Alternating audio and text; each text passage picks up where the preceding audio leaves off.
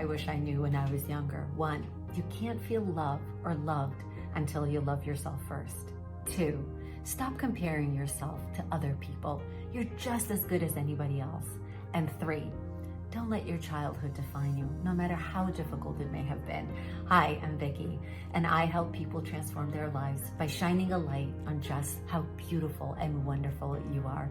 If you're new to my channel, then make sure to subscribe. All right, so let's jump right into it. Let's talk about point number 1.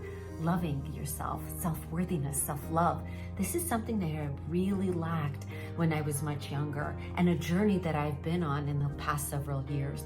And the way that I started to uncover who I truly was and discover the real me and all the things that make me unique and different and lovable is actually by going on very long walks, on placing an awareness on who I was, not what I do for a living, not the different definitions of me, so such as, sister, daughter, mother. These are all the different roles that I play in life, but who am I? What do I like to do? What do I love? What do I enjoy doing? What are my boundaries in life? That's the kind of self-awareness that I went on. And I did that through journaling. I did that through meditation. I did that by taking very long walks. So start to place an awareness on who you are. Discover yourself. And through that, you're going to start to discover the inner beauty that is inherently in there that you may not even be aware of. So start journaling and going truly within. The second thing that you can do is you can actually ask the people in your life, what do they think about you? What do they value about you? You will be amazed at what you will find. There have been experiments that have been run that show that we tend to judge ourselves so much more harshly than the people around us. So start asking for that kind of feedback. We ask for that feedback at work. Let's start doing that in real life. So I encourage you to do that. Let's talk about point number 2. When I was younger, I really lacked self-confidence, and I was doing so much comparison of, oh, so-and-so is getting promoted, so-and-so is, having their kids before me, or so-and-so is making so much more money. I was in this, constant energy of comparing myself to other people instead of embracing who I was, what made me unique, and having the confidence to know that I have value, that I bring value, whether it is in my personal life, whether it is bringing it at work.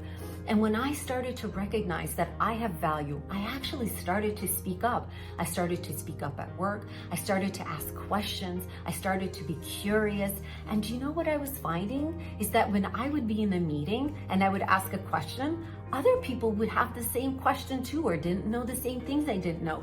So have the courage to speak your voice, to speak your mind, to be the authentic, real you.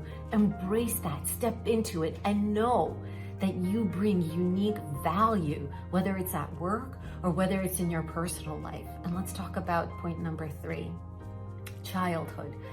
So much of us is defined by our childhood. And yes, we all have very difficult circumstances. I grew up in a household with divorce, immigration. There were all sorts of things that happened. And I understand that we're all dealt a difficult hand in life, no matter what that hand is, and we're all struggling in the same way.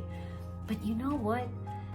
Every day we wake up, we have the chance and the opportunity to make a new choice, to make the decision to live differently.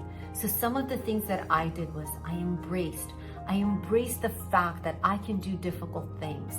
I embraced the fact that through education, I can actually pave the way in this life, whether it was towards financial security or towards growing my career. I started raising my hand.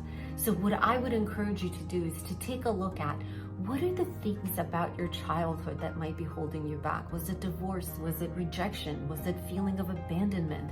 Was it that your parents weren't around? Was it that you grew up in a bad neighborhood? Yes, absolutely. Those are all defining moments, but they do not define you.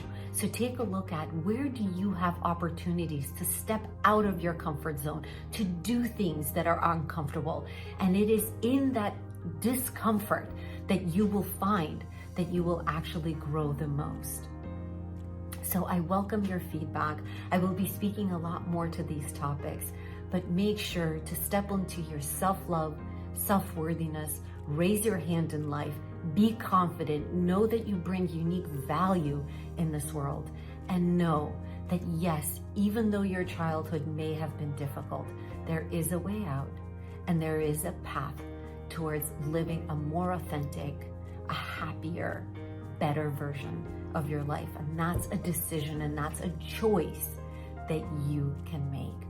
If you like my content, make sure to just like this video and to subscribe. And please comment in the comments below what you're gonna do to change your life.